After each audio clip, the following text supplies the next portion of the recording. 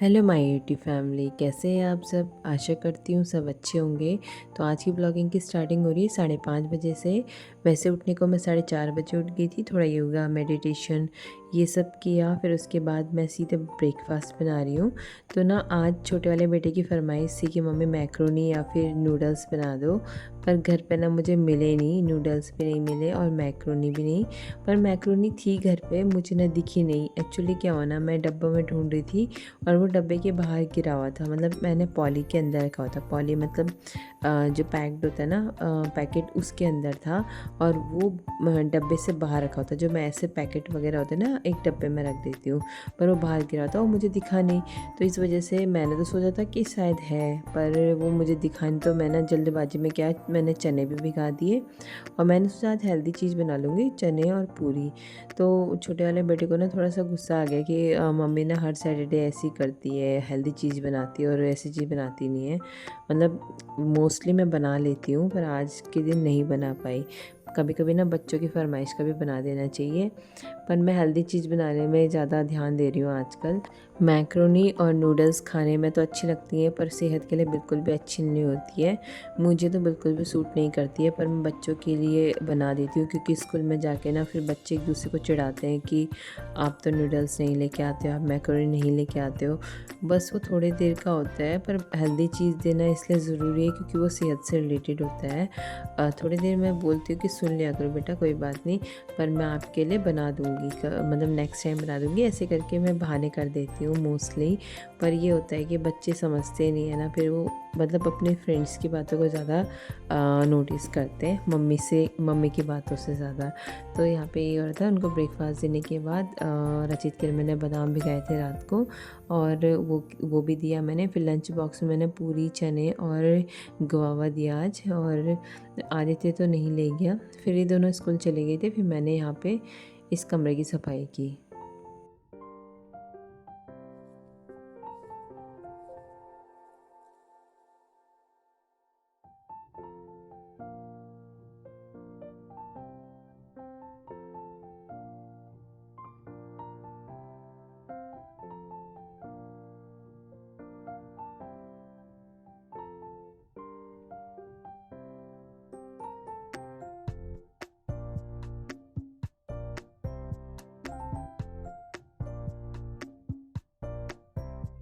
तो यहाँ पे ना अभी बुक्स मैंने ऐसी रख दी हैं सारी, मतलब रचित आदित्य के एक साथ रख दी हैं।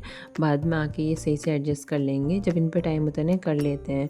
पर जब टाइम नहीं होता ना फिर मुझे ही देखना पड़ता है। और मोस्टली ना टाइम इनके पास नहीं होता है, क्योंकि रचित के पास तो होता है पर वो अभी छोटा है, वो नहीं संभाल पाता उतना। पर आदित्य के पास टाइम नहीं है बिल्कुल भी। वो शाम को ट्यूशन चले जाता है, फिर उसके बाद बिल्कुल भी टाइम नहीं होता। शाम को ट्यूशन से आने के 5-10 मिनट बाद फिर उसको बैठना पड़ता है पापा के साथ पढ़ाई के लिए, मतलब ऑनलाइन क्लास में। और ट्यूशन से आता है 7 बजे। तो मतलब 4 बजे तक तो सोया रहता है। फिर थोड़ी देर ऐसे ही अपना थोड़ा बहुत टीवी वगैरह देख लेता है 4 से 4:30 बजे तक। मतलब आधा घंटा ही टीवी देखता है। उसके बाद सीधे ट्यूशन, ट्यूशन से घर आके पापा के साथ पढ़ाई। तो ये चीज़ होती है, बहुत बिजी हो जाता है। मतलब जब बड़े बच्चे हो जाते हैं ना उसके बाद वो बिजी रहते हैं, उनके पास इतना भी टाइम नहीं होता कि वो अपना कुछ कर सकें। पर मैं ज़्यादा फोर्स नहीं करती हूँ, मैंने आपको पहले भी बताया है। बच्चों को बस पढ़ाई में ध्यान देने के लिए अभी इस टाइम तो कुछ नहीं कहती हूँ। पर जब जिस दिन छुट्टी होती है ना उस दिन ज़रूर बोलती हूँ कि बेटा अपनी चीज़ें ना जहाँ रखते हैं वहाँ रखो, ताकि मतलब भविष्य में सीखें वो चीज़। तो यहाँ पे यही चल रहा था। बच्चे तो चले गए, बस सारा काम ना ऐसे ही फैला था। तो ये बेडशीट वगैरह सही की मैंने। पहले स्टडी वाले रूम की पूरी बेडशीट को झाड़ दिया था, फिर उसके बाद उसको दोबारा बिछाया। और यहाँ पे कंबल और मतलब मोटा वाला कंबल है ना, इनको वैसे ही पड़े हुए थे ये। और बच्चों ने तय नहीं मारा था। सोने के बाद मैं सोचती हूँ ना, सो के जब उठूँ तो मैं सही करूँ, पर उस टाइम पे ना बच्चे सोए रहते हैं, फिर नहीं हो पाता है। फिर मुझे ये करना पड़ता है, जब ये स्कूल चले जाते हैं उस टाइम पे ही कर पाती हूँ, क्योंकि बीच में अगर इनके पीछे लग जाऊँगी तो और काम नहीं हो पाएगा। तो उस टाइम मैं छोड़ देती हूँ ये। तो यहाँ पे ना अच्छे से कंबल को सही करने के बाद मेरे को जाना है नहाने के लिए। तो देखती हूँ अभी टाइम होता है तो फिर नहा लूँगी, नहीं तो थोड़ी देर में नहाऊँगी।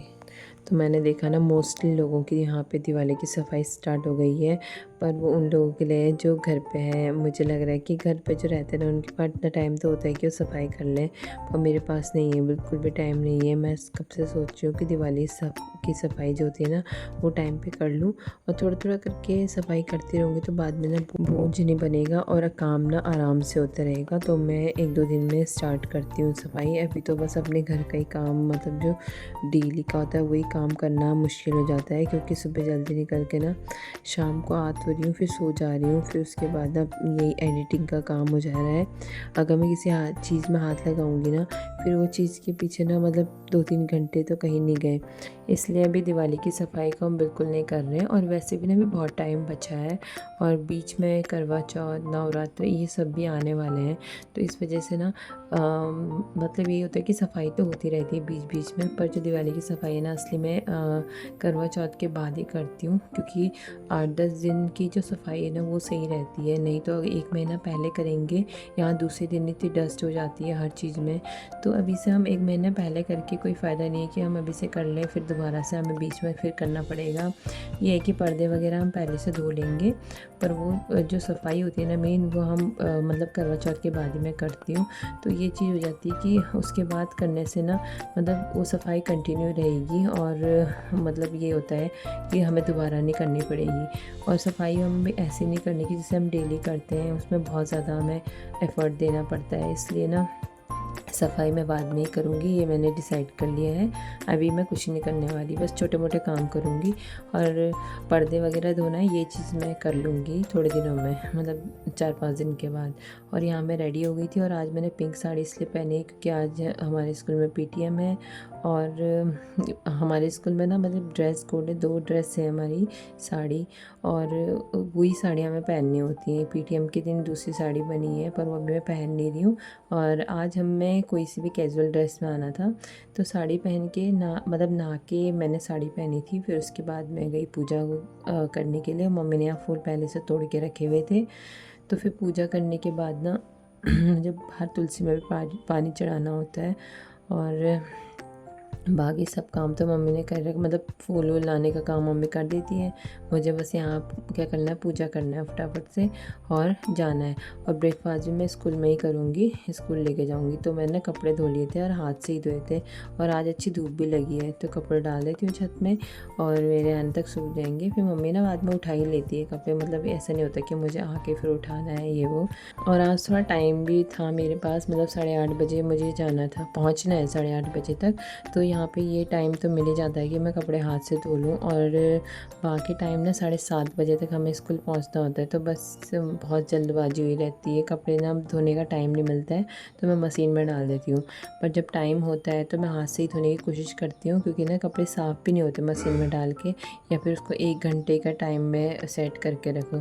फिर मैं कपड़े डाल डूल के अपना लंच बॉक्स लेके मैं चली गई स्कूल को, और स्कूल में मैं पहुंच गई थी। और यहाँ पे ना फिर मैंने लंच बॉक्स निकाला अपना, और बाकी मेरे दोस्त भी आ गए थे। और ये ब्लैक बोर्ड को मुझे अभी डेकोरेट करना है, इसमें पीटीएम लिखना है क्योंकि आज पीटीएम है।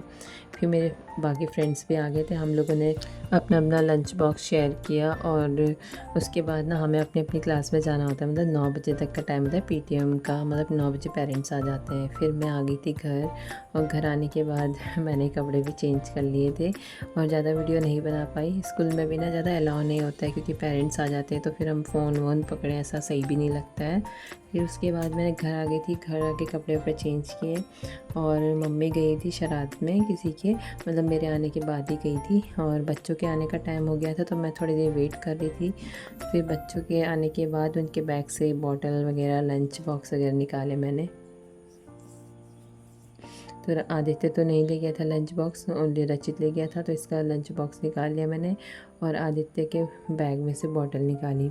और ना आते ही साथ ये भाग जाते हैं वॉशरूम में मुँह हाथ धोने के लिए, मतलब ये नहीं होता है कि मैं अपनी बॉटल और लंच बॉक्स में किचन में रख दें, बस इनको वॉशरूम में जाने की होती है और अपना मुँह हाथ धोने की होती है। पता नहीं क्यों इतनी एलर्जी इनको, मतलब जल्दी से जाएंगे और हैंड वॉश करेंगे, फिर उसके बाद आएंगे, भूख लग जाती है इनको।